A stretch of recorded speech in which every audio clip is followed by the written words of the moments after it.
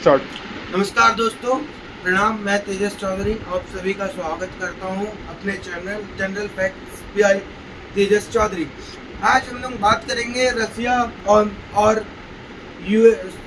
USA, Israel और Iran के बीच में जो चल रही है युद्ध, इसके बारे में।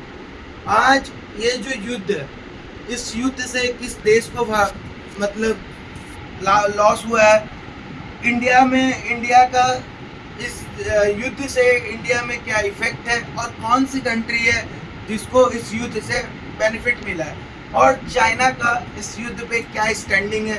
ईरान जो भी टेक्नोलॉजी यूज़ कर रहा है, इजराइल जो भी टेक्नोलॉजी यूज़ कर रहा है, उस टेक्नोलॉजी में उस टेक्नोलॉजी को यूज़ करने में पर डे का वॉर का कॉस्टिंग क्या आ रहा है, ईरान का कॉस्टिंग क्या आ रहा है, इजराइल का क्या बोलते हैं पर डे का डिफेंस बजट क्या है, ईरान का डिफेंस बजट क्या है, यूएस का डिफेंस बजट क्या है, और इस यूएस का करंट में क्या कंडीशन है।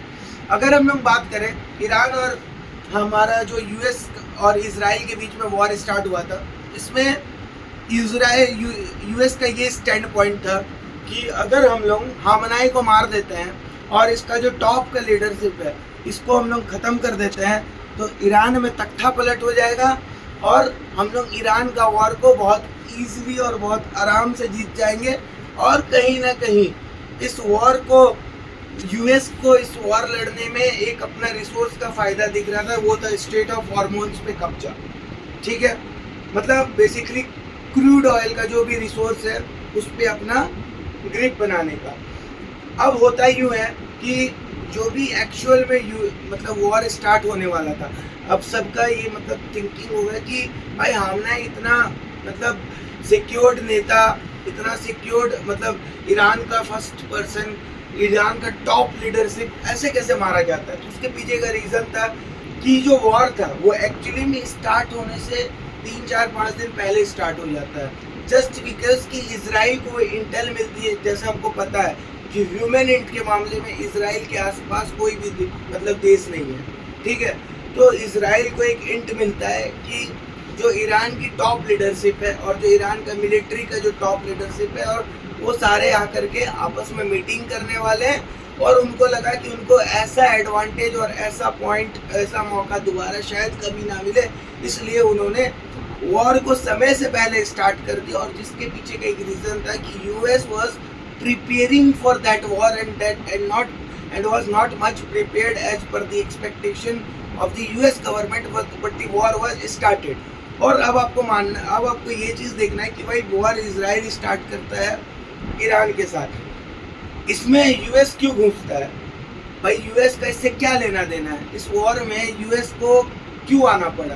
तो कहीं ना कहीं ऐसा माना जाता है कि आप हिस्ट्री उठा के देख लो तो यूएस के जितने भी प्रेसिडेंट रहे और यूएस की जितनी भी पॉलिटिक्स रही है वो कहीं ना कहीं इजराइल के इन्फ्लुएंस में रही है, या आप ये कह लो कि कहीं ना कहीं उसमें मोसाद का हाथ रहा है, और मोसाद से कहीं ना कहीं मतलब इजराइल की जो भी हमारी सीक्रेट एजेंसी है उससे यूएस गवर्नमेंट हमेशा इम्पेक्टेड रहती है। तो यूएस को आना पड़ा, और इजराइल यूएस ये बोलता है कि ये हम पे वॉर होता जिसके लिए हमको जवाबी कार्रवाई करना पड़ता, हमको जवाब देना पड़ता, उससे पहले हमने जवाब दे दिया। अब यूएस की गवर्नमेंट ये सोचती है कि भाई हमने ईरान का टॉप लीडरशिप मार दिया, तख्ता पलट हो जाएगा और ये वॉर हम जीत जाएंगे और वॉर ख़त्म हो जाएगा। बट ऐसा नहीं होता है। जैसे ही टॉप लीडरशिप मरती है उसमें मतलब कि जो भी टॉप लीडरशिप के मरने के बाद क्या होता है कि ईरान का एक रूल है कि अगर कभी भी future, Iran was actually preparing for this war from last many years, from I think 10 to 15 years Iran was preparing for this war। तो ईरान पे यूएस स्टार्टिंग में कंटिन्यूसली 200-250 मिसाइल दाग देती है, ठीक है। बट जो मिसाइल्स यूएस और ईरान पे दागती है कुछ क्या वो इजराइल, क्या यूएस उस मिसाइल को उस सेम रेट से बना सकती है? नहीं। जो उन्होंने मतलब डिफेंस में जो उनकी डिफेंस की मिसाइल है, जो ईरान ईरान क्या कर रहा है, बेसिकली ड्रोन अटैक कर रहा है, वो सिर्फ यूएस पे ड्रोन अटैक, मतलब वो यूएस पे ड्रोन अटैक नहीं कर सकता। तो वो क्या कर रहा है कि मिडिल ईस्ट में जितनी भी देश में यूएस का आर्मी बेस है उन सभी पे वो अटैक कर रहा है, या फिर यूएस की आर्मी के लोग जहाँ जिस जगह पे रहते हैं ईरान के लिए वो एक लेजिटिमेट टारगेट है और ईरान उस जगह पे अटैक कर रहा है। अब इसके रिस्पेक्ट में यूएस को क्या करना पड़ रहा है कि उनके ड्रोन को एक साथ में 20-25 ड्रोन आ रही है। अब उस ड्रोन को मारने के लिए यूएस अपना मिसाइल मार रहा है, जो मिसाइल का कीमत लगभग 4 मिलियन 5 मिलियन 10 मिलियन का एक मिसाइल है, जो यूएस कुछ 20,000-25,000 डॉलर के ड्रोन को मारने के लिए कर रहा है। तो अल्टीमेटली यूएस को एक दिन का मतलब युद्ध लड़ने का खर्चा ऑलमोस्ट आपका कितना आ रहा है, 1 बिलियन डॉलर के अप्रॉक्स। और वही युद्ध ईरान जो है ऑलमोस्ट आपका क्या बोलते हैं कुछ उसके हाफ 1/4 प्राइस पे लड़ रहा है। अब क्या है कि ईरान अभी जो करंट सिनेरियो है उसमें क्या है कि यूएस का जो मिसाइल का स्टॉक है वो कम हो चुका है, ऑलमोस्ट 50% मिसाइल जो है यूएस मार चुका है और डिफेंस में उनका पैसा ज़्यादा जा रहा है। उसके बाद क्या था कि जो हमारी इजराइल थी, राइट, इजराइल भी अब तो वो लेज़र टेक्नोलॉजी का यूज़ कर रही है ड्रोन को मारने के लिए। बट इससे पहले क्या होता है कि इजराइल भी ड्रोन का अटैक रोकने के लिए आपका इसका यूज़ कर रही थी, मिसाइल का यूज़ कर रही थी, राइट। तो कॉस्टिंग्स बहुत ज़्यादा आ रही थी। अब जो यूएस का ना ही कोई बजट पास हुआ था इस वॉर के लिए, वो फ्यूचर के बजट पे लड़ा जा रहा है ये वॉर, ठीक है। अब दूसरा चीज़ क्या है, इससे ग्लोबल इम्पैक्ट क्या हुआ, ईरान ने मारा कुवैत पे बम, कुवैत पे मिसाइल। इवेंचुअली ईरान अभी अपना कोई भी सुपरसोनिक मिसाइल्स वगैरह यूज़ नहीं किया है, अभी ओल्ड मिसाइल्स मतलब वो अपना ओल्ड स्टॉक को यूज़ में ला रहा है। अभी ईरान का एक्चुअल कैपेसिटी बचा हुआ है। तो ईरान मारता है कुवैत में आपका क्या बोलते हैं बम। क्यों? क्योंकि यूएस धमकी देता है कि आप स्ट्रेट ऑफ हॉर्मोन्स को क्लियर करिए, नहीं तो हम लोग आपका रिफाइनरीज के जितने भी जगह है वहाँ पे हम लोग प्रॉपर मिसाइल मारेंगे, ठीक है। तो उसके बदले में ईरान क्या बोलती है कि यूएस का जो भी मतलब कि जो भी मिडिल ईस्ट का डिसाल्टेशन प्लांट है, मतलब मिडिल ईस्ट क्या करती है, जो सॉल्टी वाटर होता है उस सॉल्टी वाटर को पीने के लिए मतलब डिसैलेशन प्लांट के थ्रू उसको मतलब सॉल्टी वाटर को फ्रेश वाटर में कन्वर्ट करती है पीने के लिए, ठीक है। तो यूएस बोलता है कि आप अगर हमारे स्टेट ऑफ हॉर्मोन्स में अगर आप हमारे इस जगह पे मतलब बम मारेंगे तो हम लोग आपको middle east will be the thirsty, ठीक है। अब इससे क्या होता है कि यूएस चाहती थी कि स्टेट ऑफ हॉर्मोन्स क्लियर हो, मतलब स्टेट ऑफ हॉर्मोन्स एक रूट है 20 से 25 किलोमीटर का, जहाँ से वर्ल्ड का 20% एनर्जी जो है वो पास होता है, ठीक है। अब कुवैत में मैं बोल रहा था, तो मैं पॉइंट से थोड़ा दूर हट गया। तो कुवैत का यहाँ पे क्या रोल था, कुवैत गैस मैन्युफैक्चर करता है, मतलब गैस प्रोडक्शन करता है, राइट। अब ईरान ने कुवैत पे बम मारा, उसका गैस का जो प्रोडक्शन था वो 13% से डाउन हो गया और उसकी जो इंफ्रास्ट्रक्चर की जो डैमेज हुई, जिसका जो ये वॉर है इसका रिपरकशन अभी तो झेलना पड़ ही रहा है, लेकिन ये कई दशकों तक जाएगा। इसके बाद क्या हुआ आपका क्या बोलते हैं आपका वो प्रोडक्शन गैस का डाउन हो गया। उसके बाद ईरान ने अभी क्या कर रखा है कि जो हमारा आपका क्या बोलते हैं आपका स्टेट ऑफ हॉर्मोन्स है उसमें से जो भी फ्रेंडली कंट्री है उसके शिप को पास होने दे रहा है। जैसे इंडिया की शिप आ रही है जा रही है, ठीक है। इंडिया ने बोला है कि हम इजराइल के साथ अभी और बियॉन्ड स्टैंड करेंगे, ठीक है। बट इंडिया का शिप आ रहा है जा रहा है, जो भी चाइना की शिप आ रही है जा रही है। ईरान ने धमकी दिया है कि अगर यूएस ऐसा कुछ करता है उस पर अटैक करता है, ठीक है, तो हम लोग क्या बोलते हैं स्टेट ऑफ हॉर्मोन्स को सभी के लिए ब्लॉक कर देंगे। जिससे क्या होगा, रिफाइनरीज की बहुत बड़ी शॉर्टेज होगी, पेट्रोलियम जो हमारे पेट्रोल का और जो हमारा क्या बोलते हैं गैस का प्राइस है वो आसमान छुएगा। अब इसमें हम लोग बात करते हैं कि इससे इंडिया को क्या फ़ायदा हो रहा है। इससे पहले इंडिया का एक एडवांटेज है कि इंडिया के पास रिजर्व है, और इंडिया ने जो अपना ऑयल और पेट्रोलियम का रिजर्व बनाया है उसमें इंडिया ने बोला था कि अगर कभी भी कोई आपत्ति का समय आता है तो उस पर इंडिया का सबसे पहला हक होगा रिजर्व में। तो India have now sufficient field for 1 to 2 months, right. But जब यूएस जो ईरान था युद्ध शुरू होने से पहले 2 मिलियन पर बैरल के हिसाब से per day crude oil production कर रहा था। बट ईरान के आर्मी को चाहिए ईरान का जो आर्मी है, रिपब्लिकन आर्मी है, उसको फंड चाहिए, मतलब पैसा चाहिए युद्ध करने के लिए। वॉर शुरू होने से पहले 2 मिलियन पर बैरल के हिसाब से, ये क्या बोल 2 मिलियन बैरल पर डे के हिसाब से क्रूड ऑयल प्रोडक्शन हो रहा था। वॉर शुरू होने के बाद 2.1 मिलियन बैरल पर डे के हिसाब से ये हमारा क्या बोलते हैं ईरान ने क्रूड ऑयल बनाना स्टार्ट कर दिया। तो यूएस को लगा भाई पैसा आ रहा है, तो ये तेल कहाँ जा रहा है, ब्लैक से चाइना में बिक रहा है या फिर आपका पाकिस्तान जा रहा है कुछ, तो यहाँ से ईरान का जो है मतलब जैसे पहले 60 रुपीज़ पर बैरल का रेट था, अब क्या हो चुका है 98 पे बिक रहा है। तो फंड्स प्रॉपर आ रही है। और जैसे ही कि ईरान में एक रूल था कि जो हमारे अगर ईरान की जो आर्मी हो वो 32 डिविजन्स में डिवाइडेड है, और ऐसा उन लोगों का रूल था, कुछ ऐसा सुनने में आ रहा है कि लाइक अगर कोई भी टॉप लीडरशिप या टॉप हायरार्की मर जाता है एक, तो उसका रिप्लेसमेंट तुरंत रेडी रहता है। और एक सर्टेन रूल्स है कि उसमें क्या होगा कि 32 जो भी डिवीज़न ऑफ आर्मीज है वो सारी इंडिपेंडेंट हो जाती है, मतलब वो अपना डिसीजन लेने के लिए रेडी रहती है। इसलिए आपने देखा होगा कि जब ईरान ने यूएस के सारे मिडिल ईस्ट में जितने भी कैंप है सारे पे बम मारा था, या उससे रिलेटेड एरियाज पे दुबई हो गया, कुवैत हो गया, इन सभी जगह मिसाइल मारी थी, तो धुआं कर दिया था। तो ईरान के प्रेसिडेंट का ट्वीट आता है कि हमने ऐसा गलती से किया, इसके बाद ऐसा कुछ नहीं होगा, बट उसके 2 घंटे के बाद और 2 मिसाइलें दागी जाती है, राइट। तो ऐसा क्यों? क्योंकि the Iranian army was not under the control of the Iran president.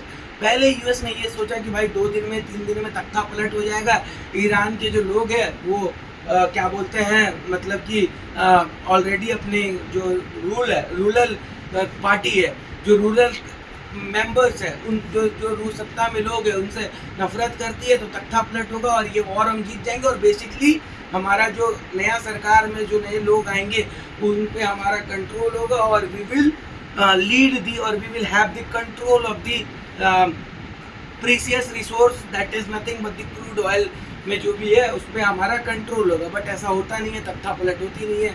According to Trump ये सोच रहे थे कि भाई 4 दिन में तख्ता पलट हो जाएगा। अब जो देश इनके साथ मतलब कि यूएस को हेल्प करने के लिए आगे आती है कि भाई हम ड्रोन में हमारा ये जो ड्रोन को रोकने का जो हमारा मतलब ये है, हमारे पास कैपेबिलिटीज़ है, हम लोग 4 साल से इस वॉर में हैं, तो यूएस बोलती है कि आप हमारे सबसे लास्ट ऑप्शन होंगे जिनसे कि हम मदद लेंगे। उसके बाद ट्रम्प साहब क्या करते हैं, सबसे रिक्वेस्ट नहीं करते, आई डिमांड कि सबको अपना शिप भेजो, सब अपना शिप भेजो और स्टेट ऑफ हॉर्मोन्स को क्लियर करो। और भाई उनकी डिमांड तो उनकी नेवी नहीं सुनी। नेवी बोलती है कि हम लोग मोबिलाइजेशन के लिए हम लोग रिस्पॉन्सिबल नहीं है, हम लोग वॉर लड़ने के लिए, हम लोग शिप को आगे पीछे मतलब निकालने क्लियर करने के लिए हम लोग रिस्पॉन्सिबल नहीं है। तो फिर ट्रम्प साहब बोलते हैं कि भाई जो शिप के लोग हैं, जो शिप चला रहे हैं, उसको वीरता दिखाना चाहिए और अपना शिप को आगे से अपना शिप को स्टेट ऑफ हॉर्मोन से निकालना चाहिए। तो शिप वाले बोलते हैं साहब हम लोग मर्चेंट शिप चला रहे हैं, ना कि हम नेवी वाले हैं, ठीक है। तो यूएस का शिप फंस जाता है।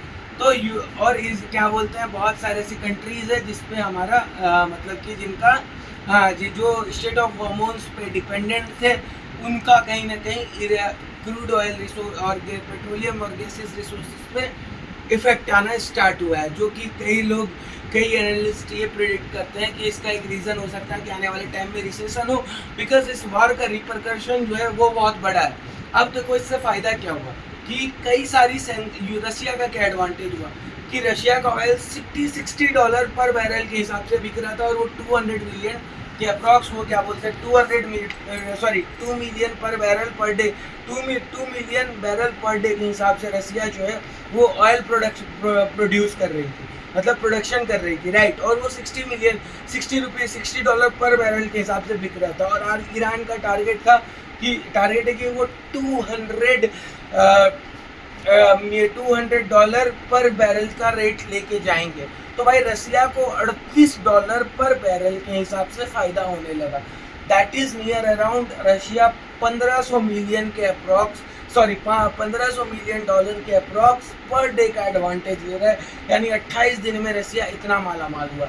और इससे इंडिया को क्या एडवांटेज मिला कि जो इंडिया, जो यूएस का हालांकि इंडिया रसिया से तेल ले रहा है, सैंक्शन से है, उसके बाद टेरिफ लगा हुआ है, इंडिया को वही करना होता है जो वो करता है। बट पहले इंडिया को यूएस मना कर रही थी कि आप रशिया से तेल मत लो। अब भाई यूएस बोल रही है कि आप खरीद लो, जिसको जिसको खरीदना है रशिया से तेल खरीदो। अब यहाँ पे चाइना का एक बात आता है, चाइना के पास 4 रिजर्व है, ऑयल रिजर्व। मतलब चाइना अगर एक कतरा तेल भी किसी भी देश से ना खरीदे तो वो 4 महीने तक आराम से सस्टेन कर सकता है अपनी कंट्री का, जो भी उसका पॉपुलेशन है, जो भी उसका क्रूड ऑयल का रिक्वायरमेंट है, जो भी गैसेस रिक्वायरमेंट है, वो 4 महीने तक फुलफिल कर सकता है।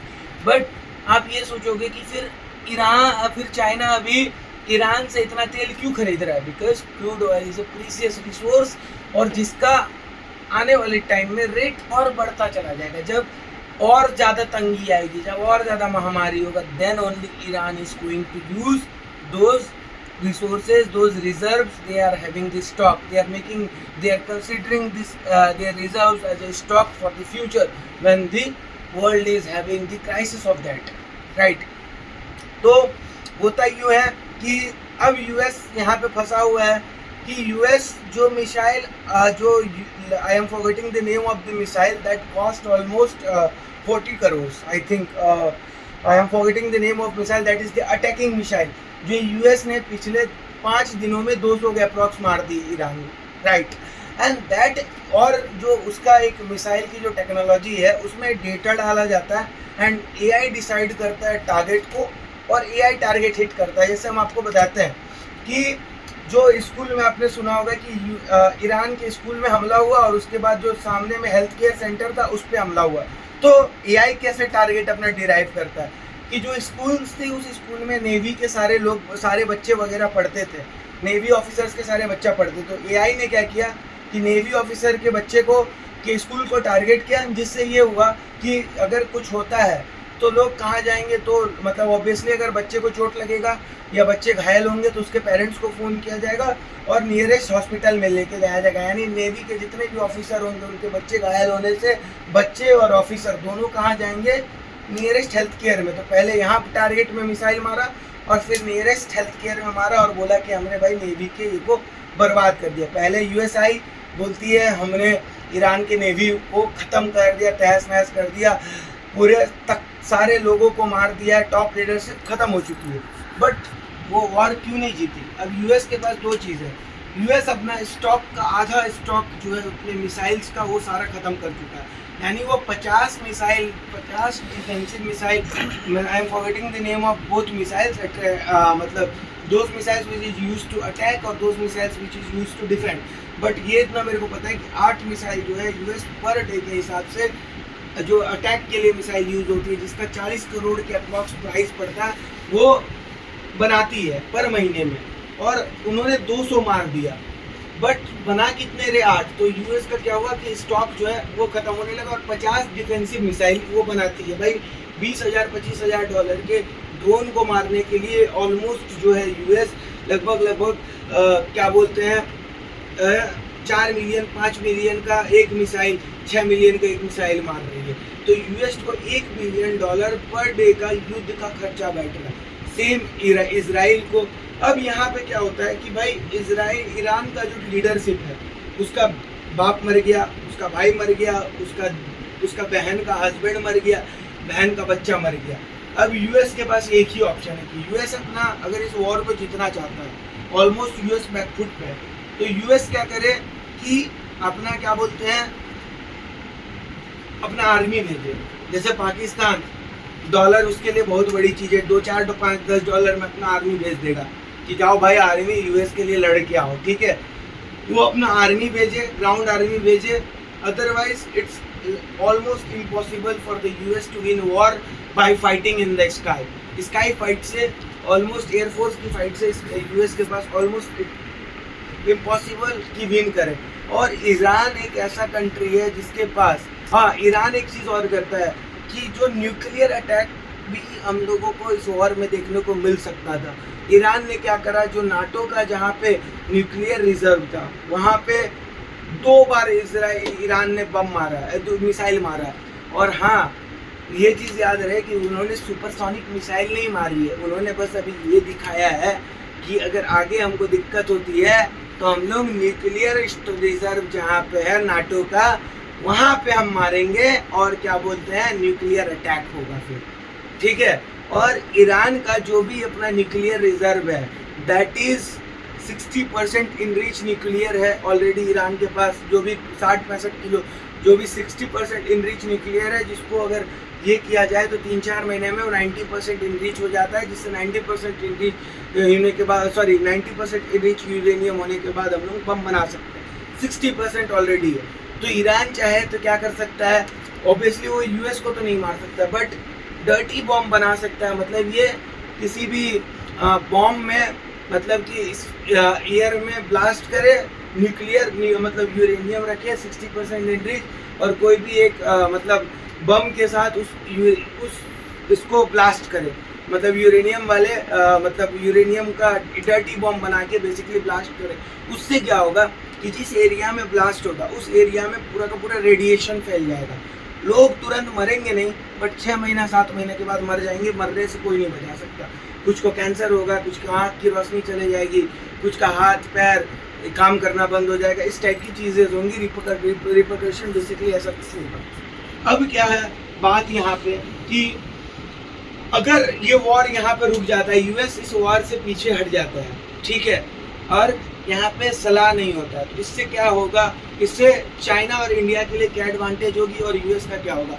पहली चीज़, दो तरह का थॉट प्रोसेस लोगों के दिमाग में आएगा यूएस को लेके। जो मिडिल ईस्ट की कंट्रीज है उनके दिमाग में दो थॉट प्रोसेस आएगा। एक कि यूएस हमको प्रोटेक्ट नहीं किया, मतलब प्रोटेक्ट नहीं किया, और दूसरा एक थॉट प्रोसेस आएगा कि प्रोटेक्ट नहीं कर पाया।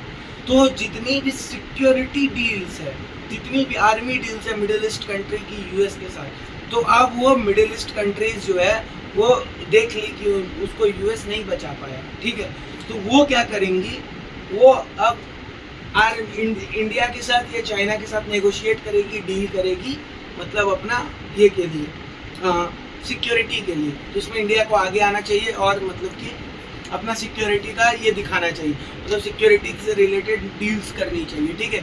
ईरान भी हमारा कोई दुश्मन देश नहीं है और बिना मतलब का बेसिकली यूएस ने लड़ाई स्टार्ट करी है, दैट इज़ राइट। अब उससे क्या होगा कि अगर ये वॉर में यूएस हट जाता है तो फिर ईरान क्या करेगा, इजराइल के अंदर जो हमास है उसको बनाएगा, फिर से जो भी मतलब मिलिटेंट है इजराइल के उसको फिर से फीडिंग करेगा, और इजराइल में तो भाई कुत्ते की तरह मारेगा। और एक चीज़ और मैं बताना चाहूँगा, एक मेन पॉइंट, कि ईरान एक ऐसा कंट्री है जो खुद से सुपरसोनिक मिसाइल्स बनाता है, खुद से सुपरसोनिक मिसाइल बनाता है, जो इवन यूएस भी आज तक सुपरसोनिक मिसाइल खुद से नहीं बना पाई। और वो टेक्नोलॉजी जो ईरान, बेसिकली यूएस और इजराइल बहुत आगे है टेक्नोलॉजी में, बट ईरान भी कम नहीं है। और वो ओबियसली अभी जो जीपीएस वगैरह, अभी जो ईरान ड्रोन यूज़ कर रहा है वो प्री कोडेड ड्रोन यूज़ कर रहा है। मतलब ये कि जो ईरान का जो ड्रोन है, ईरान का जो ड्रोन है वो प्री कोडेड है, वो जीपीएस का यूज़ नहीं कर रहा है। बट अगर चाहे तो, अगर मतलब इस टाइम पे इंडिया के पास भी अपॉर्चुनिटी है कि वो अपना आकाश हो गया, ब्रह्मोस हो गया, इसको यूएस के स्टॉक खत्म होने के बाद सेल कर सकता है। और हमारे पास जो कैपेबिलिटी है, हम लोग वॉर के टाइम में हमारी जितनी भी मिसाइल्स है, जिस स्पीड से यूएस बना सकता है उससे कई ज़्यादा स्पीड से हम लोग बना सकते हैं। ये हमारा एडवांटेज है।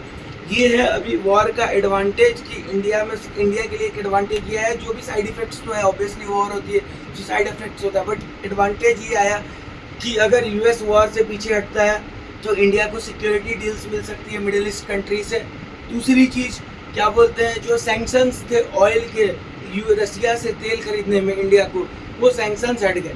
और रसिया भाई पर बैरल, पर 100-200 बैरल भी नहीं, पर बैरल $38 ज़्यादा कमाया, जिससे 1500 मिलियन के आसपास पर डे में, यानी 1.5 बिलियन के आसपास डॉलर पर डे एक्स्ट्रा पिछले 28 दिनों से कमा रहा। और ये रेट यहीं पे नहीं रुकेगा, और भी जाएगा। बट रिपरकशन ये हुई कि अगर वॉर में और भी कुछ यूएस उल्टा सीधा हरकत करता है तो मिडिल ईस्ट कंट्री जो है उसको पानी के लिए भी तरसना पड़ सकता है, क्योंकि सारी जो आपको पता है कि जो भी डिसाल्टेशन प्लांट्स होते हैं वो सारे समुद्र के आसपास होते हैं। लाइक एक सऊदी अरेबिया है जिसका जो उस साइड पड़ती है, तो उसका डिसल्टेशन प्लांट इधर भी हो सकता है और मतलब ईरान के राइट में भी हो सकता है, तो उसके पास एक ऑप्शन है।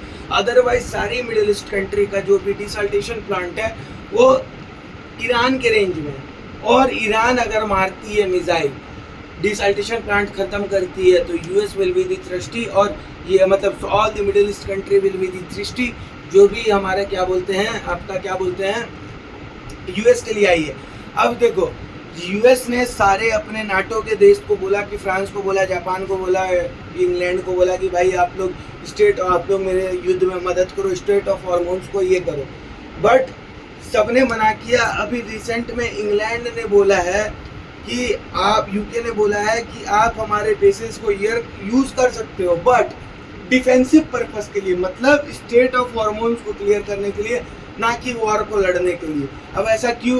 क्योंकि भाई यूएस के प्रेसिडेंट जब अफगान में यूएस लड़ रहा था, साला रातों रात अपना वेपन्स छोड़ के भाग जाती है, उस टाइम पे यूके जितनी भी वॉर में यूएस गया, सारी वॉर्स में यूके जाता है, बट यूएस बोलती है कि जो यूके के सैनिक थे, जो सोल्जर्स थे, वो बहुत पीछे रह गए, ठीक है, राइट। और कितने लोगों ने अपना जान गंवाया, जिसके चलते ये भी चीज़ थी। और उनका भाई जो ट्रम्प का बयान आता है, सुबह कुछ और आता है, शाम कुछ और आता है, रात कुछ और आता है। तो अभी यूएस ने बोला है, यूके ने बोला है कि आप हमारा क्या बोलते हैं, आप हमारा बेस यूज कर सकते हो, but for defensive purpose to clear the strait of hormones.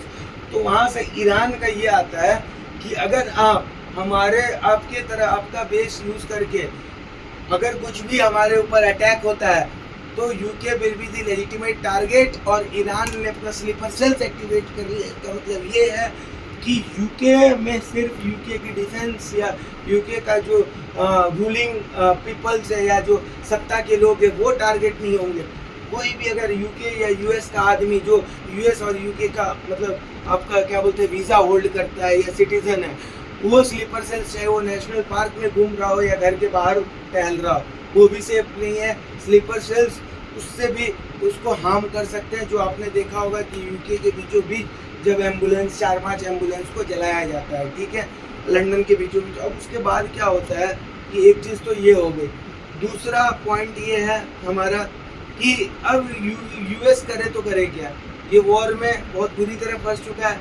और अगर ऐसे ही वॉर चलती रही तो 15 से 20 दिन में यूएस का 80 to 85% of the stock of arm ammunition वो ख़त्म हो जाएगा। यूके क्या बोलती है कि हमारा बात चल रहा है, यूएस क्या बोलती है हमारा बात चल रहा है, हम लोग ये वॉर को जल्दी ख़त्म करेंगे ईरान से। लेकिन ईरान की आर्मी इस चीज़ को खारिज करती है और बोलती है कि हम लोग इस वॉर को इसी तरह से लड़ते रहेंगे।